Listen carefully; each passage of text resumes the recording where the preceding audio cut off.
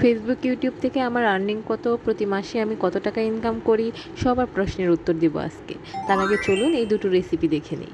সবজি রান্নার জন্য পেঁয়াজ, রসুন, গরম মশলা, কাঁচামরিচ তেলে দেওয়ার পর কেটে রাখা সবজি দিয়ে দিলাম।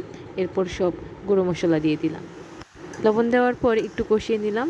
আগে মশলা কষিয়ে নিই, কিন্তু আজকে এভাবে সবজিটা ভেজে ভেজে কষিয়ে নিচ্ছি।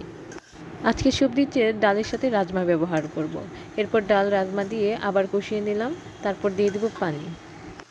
এদিকে আমার অনেক দিন ধরেই বাদাম ভর্তা খেতে ইচ্ছে করছিল। বাদাম ভর্তার জন্য পেঁয়াজ, রসুন, কাঁচামরিচ তেলে ভেজে নিয়েছি। এখন বাদামটাও ভেজে নিচ্ছি।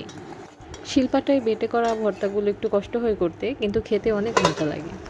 সবজি আবার কষানো হয়ে গেছে, আবার এখন পানি দিয়ে দিব।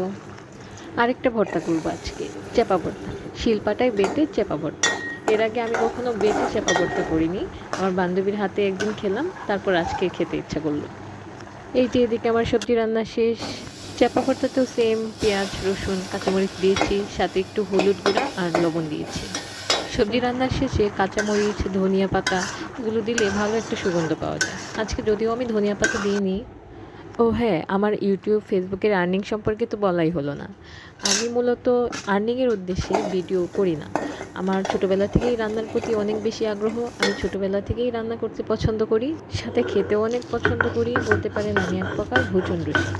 তাই মূলত আমি যা রান্না করি, যাই খাই, তাই ছবি বা ভিডিওর মাধ্যমে শেয়ার করি। তবে মাঝে মাঝে একটু ভালো করে পরিবেশন করে সেটা শেয়ার করি। আমার কাছে এই বিষয়টা খুব ভালো লাগে। আমি খুব আনন্দ পাই এতে, আমার সময় কাটে। আমার এক প্রকার শখের মতোই এটা। আগে আমি গাছ লাগাতে, গাছের যত্ন নিতে পছন্দ করতাম, আঁকাআঁকি করতে পছন্দ করতাম। এখন রান্নাবান্না করতেও খুব পছন্দ করি। পাটা মুছে ভর্তা খেতে ইচ্ছে করলো, ভাত মাখিয়ে নিলাম। এরপর বাদামের সাথে যে পেঁয়াজ ভেজেছিলাম সেগুলো হালকা করে কিছু রেখেছিলাম, এটার সাথে বাদাম ভর্তাটা মাখিয়ে নিলাম। এই বাদাম ভর্তাটা এত সুস্বাদু লাগে আমার কাছে। আপনারা খেয়েছেন কিনা জানাবেন, বা আপনাদের কাদের কাছে প্রিয় সেটাও জানাবেন। এখন বানিয়ে ফেলবো চেপা ভর্তা। এটা আর কিছুই না, শুধু বেটে নিতে হবে। যাদের হাতে শক্তি কম তাদের আমার মতো একটু বাটতে বেশি সময় লাগবে, আর যাদের হাতে শক্তি আছে তাদের বেশি সময় লাগবে না।